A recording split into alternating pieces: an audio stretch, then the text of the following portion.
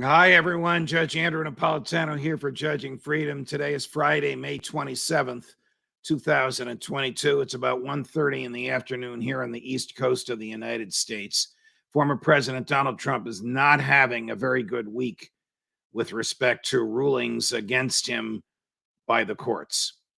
So the Attorney General of New York, you've heard me talk about this before, Letitia James, brought an action against the Trump organization, President Trump, and his older adult children to compel them to become forthcoming with respect to documents. They basically told her to go take a hike.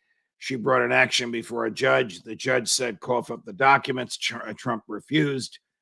The attorney general said not only cough up the documents, but sit for a deposition. Trump's people told her to take a hike. The judge said, show up. All of that, the documents, her right to see them, and the oral examination under oath, whereby former President Trump himself and his children, Donald Jr., Eric, and Ivanka, must be deposed. All of that was appealed to the Appellate Division of New York State Supreme Court. On Wednesday, the Appellate Division, which sits in panels of 3, 4, or 5, in this case, a panel of 4, ruled unanimously that the Attorney General is entitled to the documents and she's entitled to the depositions. There's no automatic right to appeal this. The former president can ask for permission to appeal to the highest court in New York, called the New York State Court of Appeals. It's unlikely that they'll get involved.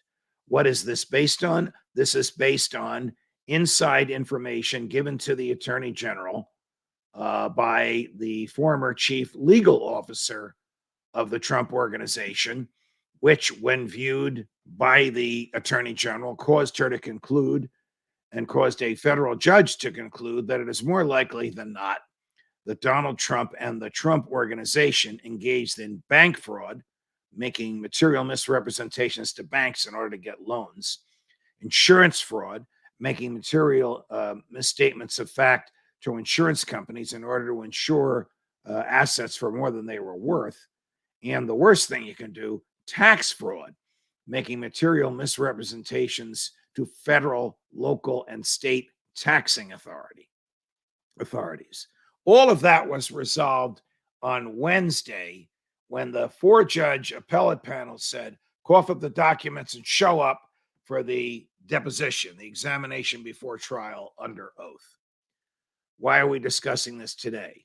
Well, while all of this litigation was going on, the former president, I'm smiling because, as you know, I know him. I have not discussed these cases with him, and I know how he loves to resort to the courts, filed a complaint in federal court in Albany seeking to restrain the Attorney General from investigating the Trump organization, him, and his 3 older children. Today, just an hour ago, a federal judge dismissed that complaint.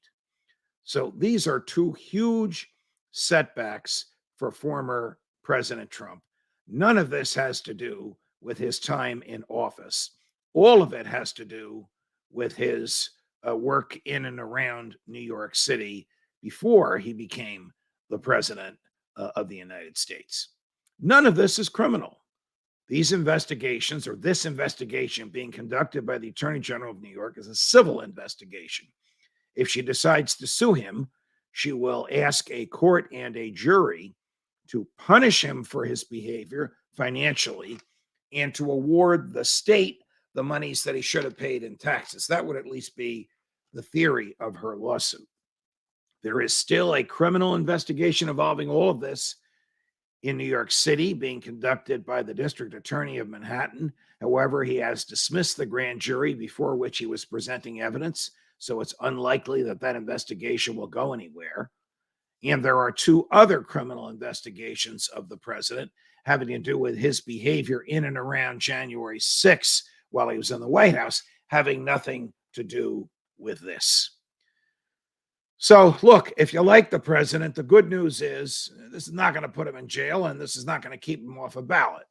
If you don't like the president, the good news is he's going to have to answer under oath for all the shenanigans he was involved in while developing real estate in New York in the years preceding his presidency.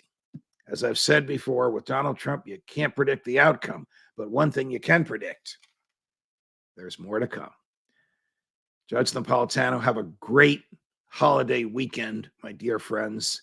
Thank you for liking and subscribing. You have boosted Judging Freedom on YouTube, on Twitter, and on TikTok beyond our wildest imaginings, and I love you for it. Judge Napolitano for Judging Freedom.